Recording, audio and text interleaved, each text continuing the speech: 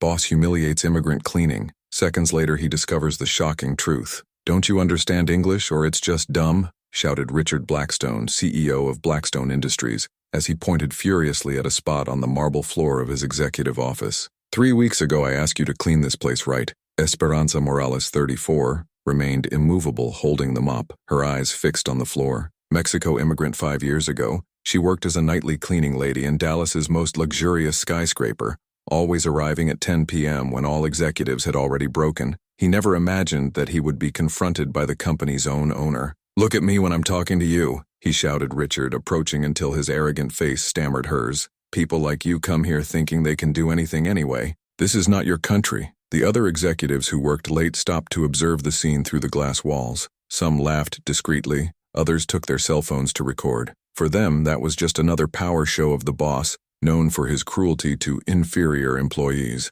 "Mr. Blackstone," Esperanza finally said, his calm voice contrasting with the storm around, "I have cleared this office for 2 years. I always leave everything impeccable." "Impeccable?" Richard released a sarcastic laugh. "Do you call it impeccable? Maybe in your Mexican standards this is acceptable, but here we demand excellence. Or do you think you deserve the same treatment I give to my qualified employees?" Esperanza took a deep breath, her fingers squeezing the mop cable slightly. For a brief moment something went through his eyes. It was not fear or submission, but a strange serenity, as if he had already faced much worse storms. For the past 3 months, while cleaning those offices in the silent dawn, she had begun to notice things. Documents left on tables with confidential information on fraudulent bankruptcy, telephone conversations extended beyond business hours about adjustments in numbers and silence some problems. Confidential meetings in rooms she needed to clean, where she found scribbled notes on forgotten bribes and pen drives containing compromising data. Esperanza had a photographic memory and spoke 5 fluent languages,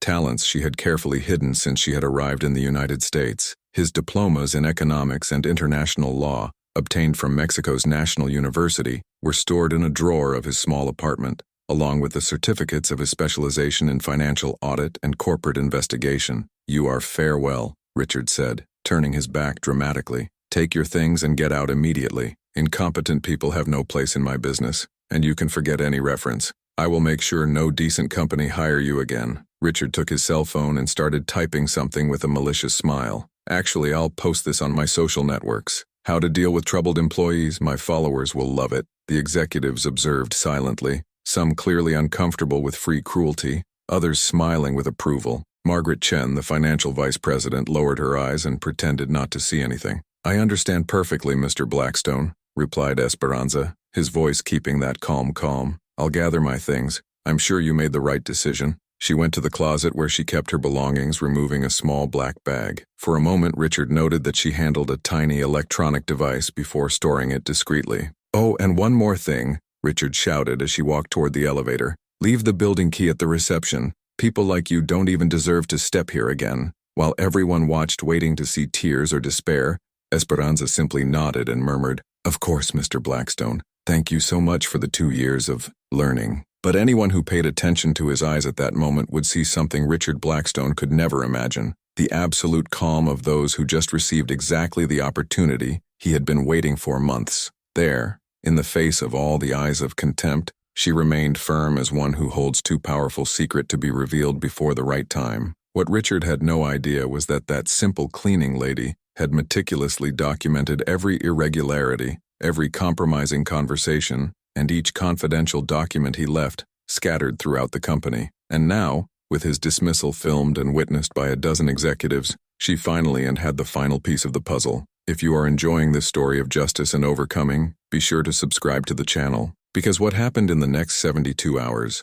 turned that public humiliation into the most spectacular fall that an arrogant CEO has experienced. Within 48 hours of resignation, Richard Blackstone wasted no time to turn the hopeful humiliation into personal entertainment. He posted the video of confrontation on his social networks with the caption, "Sometimes it is necessary to be firm with troubled employees. Leadership requires difficult decisions. CE, inner standard leadership." The video quickly went viral among its 50,000 followers, executives, investors, and admirers of its business philosophy. The comments were a flood of support. "Finally, someone with courage. This is how standard. Example of leadership." Esperanza watched the video of her small apartment, where she lived with her 12-year-old daughter Sophia. The girl was doing homework at the kitchen table when she asked, "Mom, why are you smiling?" "Because sometimes people give us exactly what we need, piss," said Esperanza, his eyes shining with a determination that Sophia recognized from difficult times after reaching the United States. Meanwhile, Richard celebrated in his office with French champagne, receiving congratulations on other CEOs. "It was perfect."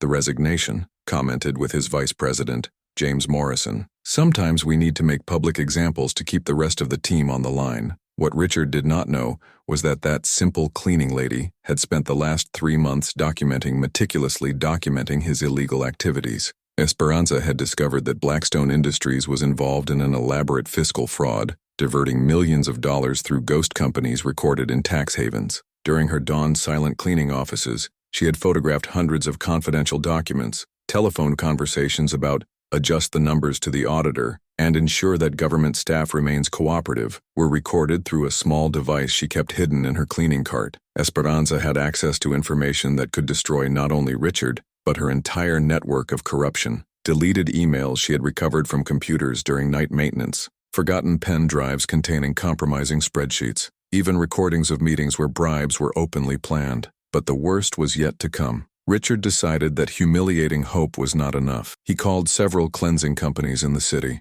spreading rumors about his incompetence and troubled attitude. It was to the point of creating a fake LinkedIn profile, just to leave negative assessments on it. "Troubled and unfaithful employee. I don't recommend it to serious companies," he wrote, smiling as he typed every poisonous word. The next morning, Richard received an unexpected call. "Mr. Blackstone, here is Martha Rodriguez, from the Rodriguez & Associate law firm. My client would like to set up a meeting." "Your client? Who the hell is your client?" Richard growled, still annoyed for being awakened early. "Esperanza Morales. I believe you know each other." Richard released a mocking laugh. "That Mexican cleaning lady arranged a lawyer? For what? Process for just cause? Good luck with that." "Not exactly, Mr. Blackstone. It's about some tax irregularities she has documented during her time at the company. We'll be in her office tomorrow at 14H. The call was closed, leaving Richard with a strange feeling in the stomach, but his arrogance quickly overlooked any concern. "Tax irregularities. This woman doesn't even know how to read properly," she murmured to himself. During lunch, Richard told the story to his fellow businessmen at the exclusive club where they used to meet.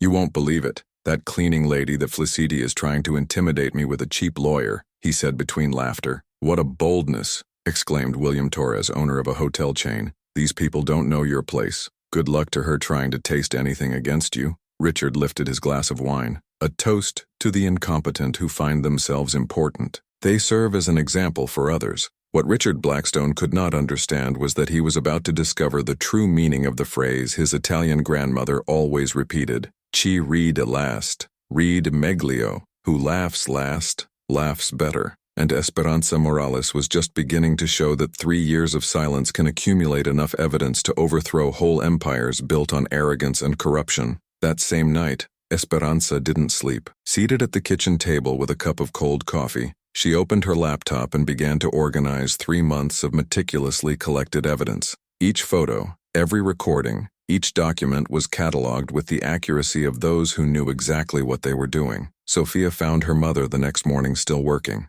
"Mom, didn't you sleep?" "Sometimes pisses. Justice requires sacrifices," said Esperanza, showing her daughter a complex spreadsheet on the screen. "Remember when you asked me why I always took that little recorder to work? You said it was to practice English. It was true, but it was also to document other things." Martha Rodriguez, the lawyer who would represent Esperanza, was a 45-year-old woman who specializes in corporate fraud. When he received the material compiled by Esperanza, his eyes widened. "In 20 years of career, I have never seen such detailed evidence gathered by a person without legal training." What Esperanza had discovered was far beyond simple tax evasion. Blackstone Industries maintained a network of ghost companies that diverted funds from government programs intended for needy communities. Ironically, part of the stolen money came from immigrant assistance programs. "He literally stole money for people like you," Martha explained, flipping through the documents, "and he used these features to finance his luxurious lifestyle." During his years of silence, Esperanza had photographed dozens of fraudulent contracts,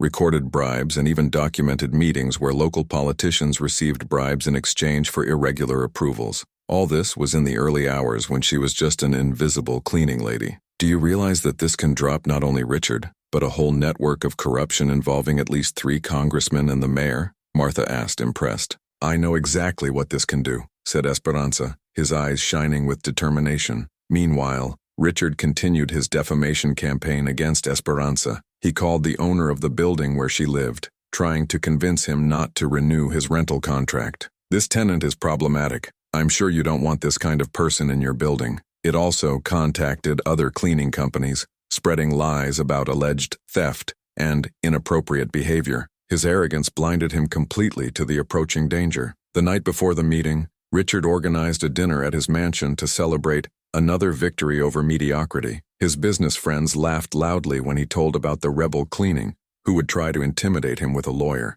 These people need to learn to accept their place in society, commented William Torres, raising his cup of champagne. You did well to give her a public lesson. Tomorrow I will have fun seeing this woman and her cheap lawyer try to intimidate me. Richard laughed, confident and relaxed. On the morning of the scheduled meeting, Richard arrived at the office at 1:30 p.m., asked his secretary to prepare coffee and commented with James Morrison, I will turn this meeting into another public humiliation, perhaps even serious for social networks. What Richard didn't know was that Martha Rodriguez wasn't a cheap lawyer. She had graduated from Harvard, worked in the FBI for 10 years, and now drove one of Texas's most respected offices in white-collar crimes. Its resume included the condemnation of 3 corrupt senators and the dismantling of a $500 million money laundering scheme. Most importantly, Martha had already sent copies of all evidence to the FBI, IRS, and the state and federal promoters responsible for financial crimes. The meeting was not an attempt to negotiate. It was the last warning before the storm. At 14 Erwin Point, the receptionist announced,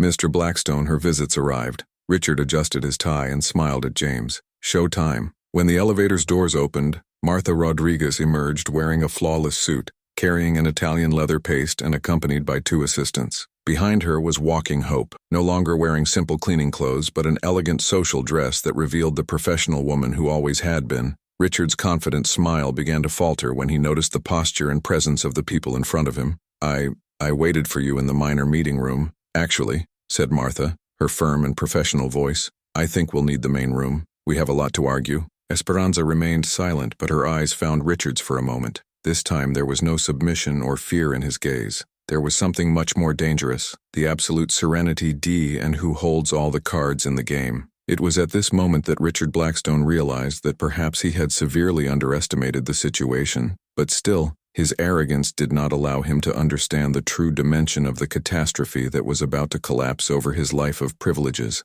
The next 30 minutes would not be a cheap blackmail attempt, but the meticulous presentation of evidence that would turn its empire into rubble and its reputation into something that not all the money in the world could notice. When the gates of the meeting room closed, Richard still kept an arrogant smile as he settled in his presidential leather chair. So what exactly do you want to argue? I hope it's not a pathetic blackmail attempt. Martha Rodriguez opened her folder and removed a pile of documents organized into separate folders. Mr. Blackstone, my client has documented their illegal activities for 3 years of night work in his company. Would you like to start with the ghost companies or the conversations recorded about bribery? Richard's smile has faltered. What the hell are you talking about? Maybe that clarifies, said Martha, connecting a small recorder. Richard's voice echoed through the room. Guarantees that government staff remains cooperative. Senator Morrison needs another $200,000 this month to keep approvals up to date. Richard's face paled instantly. James Morrison, who was next door, whispered, Richard, how did they get it? We have 47 similar recordings, continued Martha, ruthless, including detailed conversations about diverting $15 million from federal funds for immigrant assistance programs. Ionic, isn't it? Esperanza finally spoke, his calm but authorized voice. For 2 years I cleaned your offices as you planned to steal money from people like me. I photographed each document, I recorded every conversation, copied every file you left open on your computers. This is illegal. Invasion of privacy, Richard shouted, completely losing his composure. In fact, Martha smiled coldly, cleaning staff have authorized access to all areas they were cleaning, and conversations allowed in work environments do not constitute expectation of privacy. Martha put a second pile of documents on the table. Here we have bank transfers to offshore accounts, fraudulent contracts with companies that do not exist, and my favorite, she paused dramatically, the receipts of her personal purchases paid with public money. Richard tried to get up, but his legs trembled. You can't prove anything. Your $2 million yacht bought with funds from the housing program for needy families. your summer home in Aspen, funded with money for public daycare. But the true masterpiece, Martha continued, are the videos you posted on social networks, publicly dismissing an employee who was documenting your crimes. Genial. You literally provided the motivation and context for our complaint. James Morrison whispered to Richard, "We need lawyers. Now." "Too late," said Martha, consulting her watch. "Copies of all this material are already with the FBI, IRS, state prosecutor, and federal prosecutor. The search and seizure warrants will be executed in." She looked at the window, where black cars began to position themselves in the parking lot. Approximately now. Richard's phone started ringing incessantly. His secretary appeared at the door, clearly panicked. "Mr. Blackstone, there are federal agents on the lobby demanding access to the offices, and the press. There are at least 6 TV teams down there." Richard finally understood the magnitude of the disaster. "What do you want? Money? I will pay any amount. I can transfer millions right now." "We do not want his dirty money," Esperanza answered, rising with dignity. "We want justice. For each immigrant family you have hurt. For every child who was without daycare because you diverted the resources. For each person you trampled thinking there would never be consequences." Martha closed her folder and handed a document to Richard. "Oh, and one last thing. The press has already been informed about its imminent arrest. In 30 minutes its story will be on all news channels. The title will be, 'CEO Multimillionaire Stole Money from Immigrant Programs While Humiliating Mexican Employee Who Denounced Him.'" The phone rang again. This time Richard's wife was. "Richard, what's going on? There are federal agents here at home. They are taking their computers, their files." Richard de sob, or in his chair, realizing that his life of privileges was over. 3 years of arrogance, racism, and crimes were meticulously documented by a woman he considered invisible. "How did a cleaning lady get it?" he murmured more to himself. "I'm not a cleaning lady," Esperanza answered calmly. "I am an economist graduated from the National University of Mexico, a financial audit expert.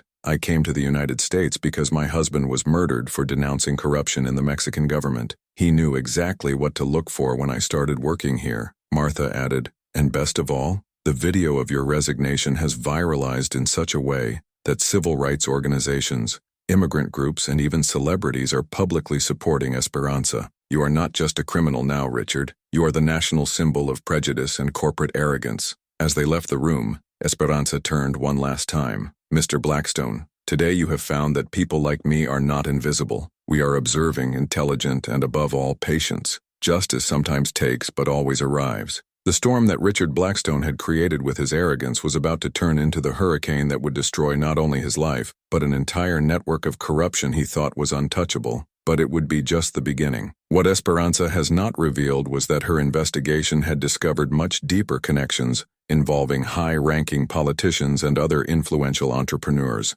Richard's fall would only be the first piece of a much larger domino to collapse. 3 weeks after the arrest of Richard Blackstone, the city of Dallas woke up to a headline that no one expected. Former Mexican pocket assumes a chief auditor of the federal commission created to investigate corporate fraud. Esperanza Morales was sitting at her new office in the city center, wearing an elegant suit and reviewing the files of dozens of suspicious companies. Its first official task would be to oversee the settlement of Richard's assets and ensure that each diverted penny was returned to the impaired communities. "Mom, you came out in the newspaper again." Sophia ran into the office, holding the tablet with a story on how the $15 million recovered would be invested in immigrant educational programs. "And that's not all, Piss," Esperanza smiled, showing a pile of cards on her table. "These are job offers of companies that want to hire someone with my special experience in detecting irregularities." Meanwhile, in a federal cell 200 kilometers from Dallas, Richard Blackstone found that his fall had created a devastating domino effect.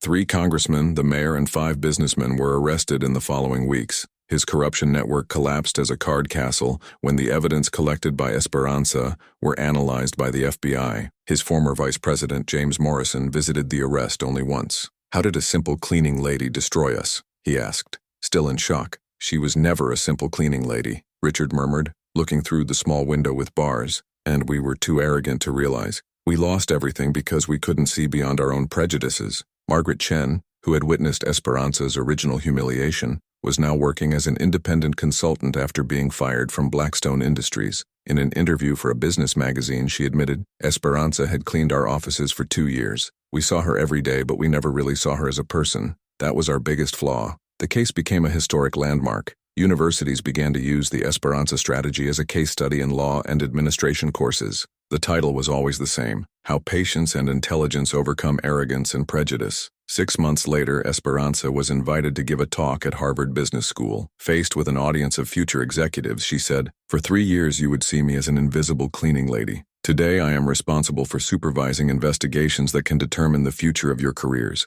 The difference is not just the position, it is respect." The audience applauded standing, but Esperanza had not ended. "Richard Blackstone taught me the most valuable lesson in my life, that the best revenge is not to destroy who harms us, but to build something bigger than they could ever imagine." The lecture video went viral, accumulating more than 50 million views in 3 months. In the comments, hundreds of people have shared their own experiences with prejudice and discrimination, many using the history of Esperanza as an inspiration to denounce injustices in their work. A year later, Fundación Esperanza Morales had distributed more than 100 scholarships to immigrants who wanted to attend higher education. The money came entirely of Richard's confiscated goods and his corruption network. "Do you still think about Mr. Blackstone?" Sophia asked her mother during dinner at her new apartment overlooking the city. "Every day," Esperanza replied, looking out the window, where Dallas lights shone like stars. "Not angry, but with gratitude. He gave me the opportunity to show who I really am." 2 years later, Richard was released after fulfilling half of his sentence for good behavior. He tried to rebuild his life working as a salesman in a used car store. His mansion had been auctioned, his confiscated assets, and his reputation completely destroyed. One afternoon, Richard saw Esperanza being interviewed on television about his new book, Invisible No More: How I Brought Down to Corporate Empire. The reporter asked if she had any message to Richard Blackstone. "I wish he finds peace," she answered calmly, "and learn that the true value of a person has nothing to do with its origin, skin color, or social position. It has to do with its character." Richard hung up the television and for the first time in years cried, not of anger or self-disruption, but of deep repentance for the man who had been. Richard Blackstone had tried to humiliate an immigrant, but eventually created a symbol of resistance and intelligence. Esperanza proved that sometimes the most underestimated people are exactly those who have the power to change everything, and what patience, combined with intelligence and courage, can knock down to the most arrogant empires. True justice is not just to punish those who harm us. It is using this experience to build a better world for those who come later. Esperanza has transformed his humiliation into a silent revolution that continues to inspire millions of people around the world. And you? Have you already underestimated someone who later proved to be much more than it appeared? Or maybe you have been underestimated yourself and managed to prove your value? Leave your experience in the comments and don't forget to subscribe to the channel for more stories that show that justice, even when it takes, always finds your way.